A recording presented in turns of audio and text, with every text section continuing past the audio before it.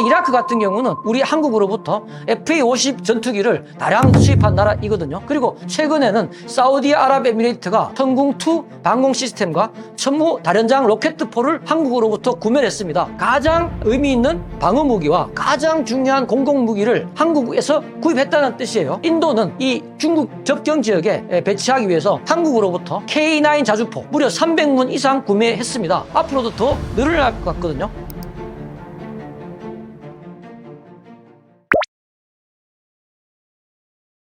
자, 유럽과 아시아, 중동 등의 지역 안보 구도에 대해서 설명을 드린다면요. 먼저 유럽 같은 경우는 과거와 달리 우크라이나라는 유럽의 앞마당을 러시아가 침략했기 때문에, 그리고 이 전쟁이 끝나더라도 완벽한 종전 형태가 아니라 휴전 형태로 끝날 가능성이 많습니다. 그러다 보니까 언제든지 다시 전쟁이 발생할 수가 있고, 아마 유럽은 10년 또는 15년 후에 러시아가 군비를 재건하고 다시 유럽을 발트 3국이라든지 이런 쪽으로 진출할 것이라는 생각을 하고 있기 때문에 이제 이러한 유럽 입장에서 볼 때 러시아가 진정한 주적이라는 인식은 거의 고정화됐다 이렇게 볼 수가 있겠습니다. 그리고 미국 입장에서는 이 우크라이나 전쟁은 러시아라는 원래 기존의 어떤 적대적 세력이지만 이 적대적 세력의 힘을 약화시키는 목적도 들어 있었거든요. 그런데 이미 충분히 3년 이상 진행이 됐기 때문에 미국이 의도한 목적은 거의 달성했고, 미국은 이 전쟁을 신속하게 종결시킨 다음에 모든 그 힘을 아시아 쪽으로 돌려서 중국에 대항하는 쪽으로 가려고 하는 그런 방향인 것 같습니다. 자, 지금 중요한 관점은 뭐냐면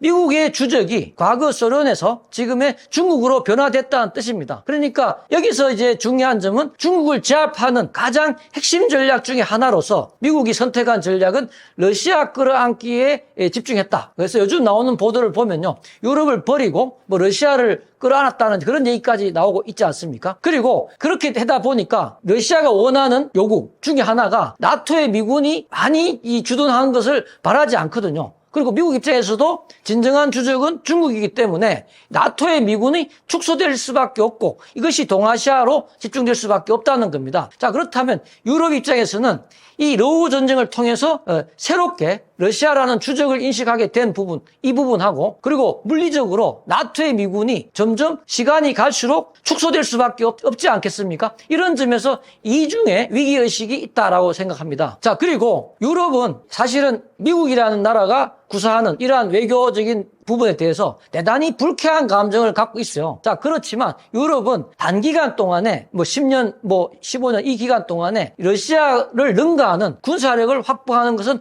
불가능합니다. 왜냐하면 러시아는 세계 최대의 핵무기를 갖고 있는 핵 국가고요. 동시에 재래식 전력만 하더라도 아마 10년쯤 뒤면 어마어마한 생산력을 가동해서 양적으로나 질적으로는 차이가 있겠지만 양적으로 엄청난 확대가 가능할 텐데, 유럽은 지난 수십 년간 군비 축소 경향이 있었기 때문에 군사적인 무기를 생산해내는 능력 자체가 거의 축소되어 있기 때문에 유럽은 단독으로는 러시아의 위협을 아마 감당하기가 어려울 것 같다, 이렇게 결론을 내릴 수 있겠습니다. 자, 이것이 왜 중요하냐 하면 미국이 유럽을 상당히 높이 대우하지 않잖아요. 심지어 냉대할 정도인데, 그럼에도 불구하고 유럽의 입장에서는 미국의 굴종적일 수밖에 없다. 왜냐하면 유럽의 생존을 위협하는 러시아의 군사력을 유럽 혼자서 감당할 수 없기 때문에 그런 겁니다. 자, 이제 관점을 중동 쪽으로 좀 넓혀보겠습니다. 중동의 핵심 국가 중에 사우디아랍에미레이트, 이라크가 있습니다. 근데 이라크 같은 경우는 우리 한국으로부터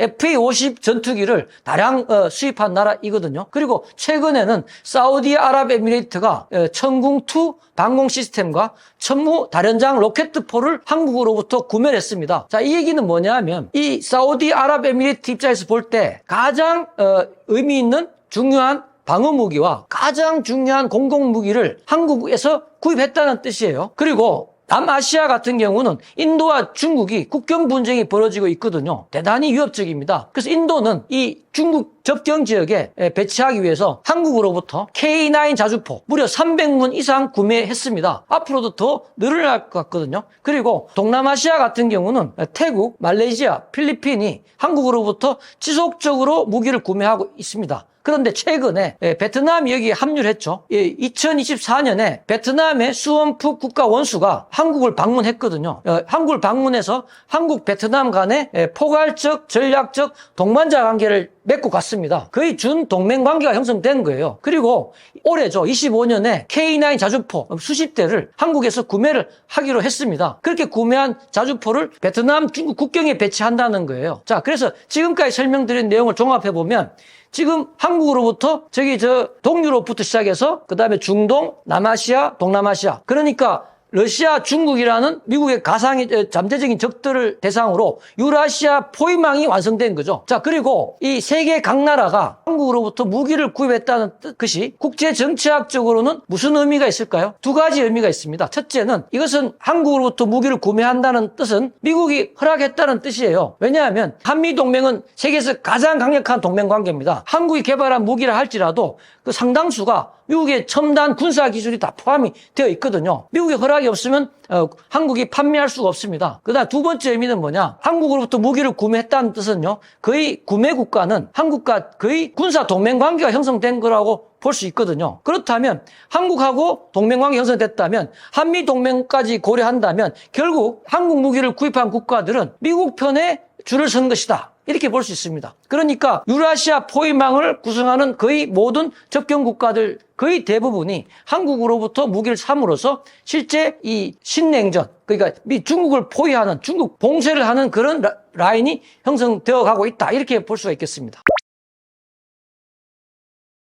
자, 러우 전쟁이 미중 전략 경쟁과 글로벌 패권 구도에 미치는 영향은 이 유럽부터 먼저 설명을 드린다면 유럽이 미국 쪽으로 완전히 경도했다. 미국 편에 붙었다. 이렇게 볼 수 있겠습니다. 그리고 러시아는 아까도 말씀드린 거지만 이 전쟁이 끝나는 게 중요한 게 아니라 밥줄을 회복시켜야 되거든요. 그래서 동아시아 에너지 시장을 유럽을 대체하는 시장으로 추진할 가능성이 대단히 큽니다. 자, 그렇게 된다면 그것이 가능해지려면 최종 목적지가 시베리아 가스라인의 최종 목적지가 부산까지 이어져야 되거든요. 그것은 미국의 허락이 없고서는 불가능합니다. 자, 이런 문제 때문에 결국 러시아는 전쟁 과정에서는 중국과 거의 동맹관계를 이루었지만 전쟁 후에 러시아가 생존하기 위해서는 동아시아 시장을 확보해야 되고 이 과정에서 러시아는 친미화될 것이다. 이렇게 저는 생각하고 있습니다. 그리고 자, 북한 입장도 북러 군사 동맹을 체결했기 때문에 북한 러시아가 거의 동맹 관계가 됐기 때문에 러시아가 친미화된다면 북한도 친미화될 수밖에 없다. 저는 그런 관점으로 보고 있습니다. 자, 그러니까 아까 말씀드린 대로 미국, 대한민국, 러시아, 북한으로 이어지는 중국 봉쇄하는 그런 라인이 됨으로써 과거 미소냉전에서 소련을 봉쇄함으로써 냉전이 본격화된 것처럼 이 중국 봉쇄가 완성이 된다면 신냉전이 본격화될 수밖에 없다. 자, 그렇다면 중국은 지금 이러한 그 포위 압박을 극복하기 위해서는 주로 글로벌 사우스라는 국가들과 제휴를 추진하고 있죠. 과거에는 브릭스라는 말도 했습니다. 브라질, 러시아, 인도, 차이나, 남아프리카 공화국 이런 나라들인데 이런 나라들과 제휴를 추진하려고 시도를 하겠죠. 그러나 그것이 쉽지 않을 겁니다. 왜냐하면 최근 관세 전쟁이 이제 시작이 됐는데 관세 전쟁에서는 지금 상호 관세 대상 국가들한테는 개별 협상을 하고 있거든요. 미국과. 그렇다면 개발 협상에서 가장 중요한 논점이 그 개별 국가들이 중국과의 무역을 차단한다면 관세를 훨씬 더 유리하게 해주겠다는 그런 제안을 미국이 하고 있거든요. 그렇다 보니까 중국이 사실은 이 관세 전쟁을 통해서 세계 거의 모든 나라와도 좋은 관계가 맺기 어렵다고 저는 생각합니다. 자, 이 러우 전쟁이 벌써 3년 동안 진행이 됐고, 또 더 길어질 수도 있는데, 벌써 이 장기적인 전쟁을 통해서 가장 첫 번째로 알 수 있는 부분은 러시아가 군사적으로 대단히 약화된 거예요. 대부분의 재래식 무기가 소진되어 버렸거든요. 그리고 러시아가 에너지 측면에서 이제 유럽 시장을 잃어버렸기 때문에 이 부분도 굉장히 큰 타격이 벌써 발생한 겁니다. 그리고 이 부분을 대체하는 시장이 바로 인도와 중국이 거의 절반 이하 가격으로 구매를 해주는데 그렇다면 벌써 굉장한 손해를 볼 수밖에 없거든요. 특히 유럽 같은 경우는 이제 휴전 단계가 된다고 하게 되면 아마 미국은 러시아에 대한 제재를 해제할지 몰라도 유럽은 해제를 지속할 가능성이 있기 때문에 러시아의 국력은 경제력은 점점점 약화될 것이다. 그래서 종합적으로 봤을 때 러시아의 국력은 전성기 때 비교해서 50% 수준으로 떨어졌다라고 보시면 되겠습니다. 그리고 이 전쟁의 장기화로 가장 크게 일어난 변화는 가장 큰 타격을 받은 지역은 저는 유럽이라고 생각하거든요. 전쟁 전에는 러시아로부터 아주 싼 에너지를 수입해서 아주 값싼 원가로 활용을 할 수 있었거든요. 게다가 나토라는 그 체제가 강력하게 유지되다 보니까 나토의 사실 주력 군대는 미군이거든요. 그러니까 미군이 다 이 러시아를 상대로 지켜주기 때문에 지난 수십 년간 유럽은 그 군사 방면에서 거의 비용을 줄여 나가기 시작했습니다. 그런 부분들을 뭐 복지로 돌리거나 그렇게 했거든요. 그리고 또 그런 과정에서 전쟁 전에는 주로 중국 시장에 대해서 대규모 공급을 함으로써 유럽 입장에서는 세 가지 삼중 이익을 실현했다라고 볼 수 있는데, 그런데 이 전쟁을 겪고 나서는요, 이 세 가지 분야가 전부 다 삼중 이익이 아니라 삼중 손실로 바뀌어 버렸습니다. 예를 들어서 아주 값싼 러시아 에너지가 차단이 되고, 대신에 미국의 LNG를 몇 배 비싼 LNG를 사지 않습니까? 엄청난 비용이 증가한 거예요. 그리고 동시에 군사 부분에서도 러시아의 군사적 위협을 실감한 아주 멘붕에 빠진 유럽 국가들은 독일이 70년 만에 재무장을 한다든지, 폴란드 같은 경우는 원래 사용하는 국방비의 두세 배를 늘리기까지 하면서 한국으로부터 대규모 무기를 사들였거든요. 그러면서 군사비 지출이 점점점 커질 수밖에 없습니다. 게다가 그 진정한 주적인 러시아를 강력하게 지지하는 중국이라는 실체를 또 인식했기 때문에 이 중국에 대해서도 디리스킹, 디커플링이라는 과정을 통해서 유럽과의 관계가 점점 약화될 수밖에 없다. 자, 이런 것 때문에 삼중 이익이 삼중 손실로 바뀜으로써 유럽은 장기 침체로 갈 수밖에 없다는 게 결론입니다. 물론 게다가 원래 유럽은요, 첨단 기술 방면에서는 약세를 면치 못했거든요. 자, 그러다 보니까 아까 방금 말씀드린 이 삼중 손실에다가 첨단 기술 약세가 더해짐으로써 유럽은 세계 경제에 차지하는 비중이 지속적으로 축소될 수밖에 없다. 지금 현재도 미국 GDP의 3분의 2 수준밖에 안 됩니다. 과거에는 오히려 유럽 전체가 미국보다 더 큰 경제 규모였는데, 지난 수십 년간도 이런 첨단 기술 이런 부분에서 약세였기 때문에 줄어들었는데 점점 더 작아지는 경제가 될 것이다, 이렇게 볼 수가 있습니다. 그리고 장기적으로 바뀔 부분이 뭐냐 하면요, 자, 러시아가 우크라이나 영토를 군사 수단을 동원해서 점령해버렸거든요. 아마 이 영토를 여전히 러시아가 차지하게 될 거라고 예측이 되는데, 이것은 즉 무력을 통해서 현상 변경을 금지하는 유엔 헌장 위반입니다. 즉 국제법 위반의 사건이라고 볼 수 있겠죠. 자, 그러니까 러시아의 이러한 행태를 세계의 모든 나라들이 다 지켜봤기 때문에 앞으로도 이런 유엔 헌장 같은 국제법은 무시하면서 러우 전쟁과 유사한 그런 분쟁들이 세계 각지에서 아마 많이 일어날 가능성이 있다, 이렇게 볼 수가 있습니다. 그리고 에너지 시장에서는 미국이 LNG를 유럽 시장에 러시아를 대체함으로써 상당히 지금 진출한 그런 상황이 중요한 변화가 될 수 있겠고요. 그 다음에, 자, 이 러우 전쟁은 아까 제가 서두에 말씀드린 것처럼 우크라이나인들이 싸우기도 하지만 사실은 이 전쟁을 모두 플랜을 짜고 작전을 지휘하고 첨단 정보들을 끌어들여서 구체적인 결과를 만들어내는 것은 미군이 개입했기 때문에 가능한 것이다. 자, 러우 전쟁도 그렇고 이스라엘과 하마스 간의 중동 전쟁도 마찬가지였습니다. 즉, 이 세계에서 벌어지는 대부분의 전쟁들은 미국 군사력이 주체가 돼서 움직이는 대리전의 양상을 띄었다. 이것은 어떤 의미가 있냐 하면 미군이 이런 전쟁을 통해서 엄청난 경험을 축적하고 있거든요. 예를 들어서 러우 전쟁에서 AI 시스템이, 미국이 자랑하는 AI 시스템이 어마어마한 시행착오를 겪었다고 합니다. 전쟁 전과 지금의 어떤 AI를 통한 전쟁 수행 능력은 엄청난 차이가 있다는 게 보고가 되고 있습니다.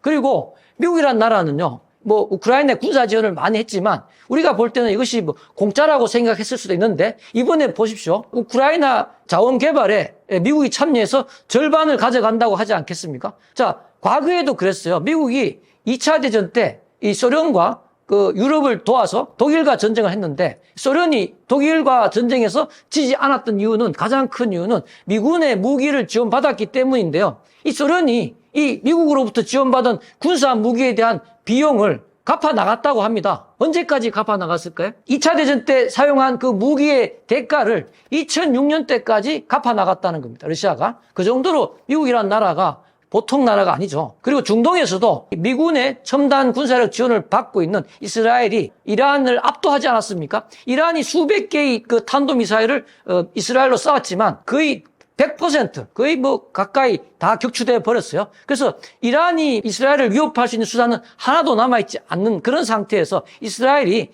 100대 전투의 전투기를 보내서 이란이 가장 중요한 첨단 방공 요격 시스템을 다 격파해 버렸어요. 그래서 지금은 중동 전체에서는 서방의 군사 기술을 확보하고 있는 이스라엘이 중동의 사실상 패권자 같은 위치다. 그렇게 도달했다라고 저는 생각합니다.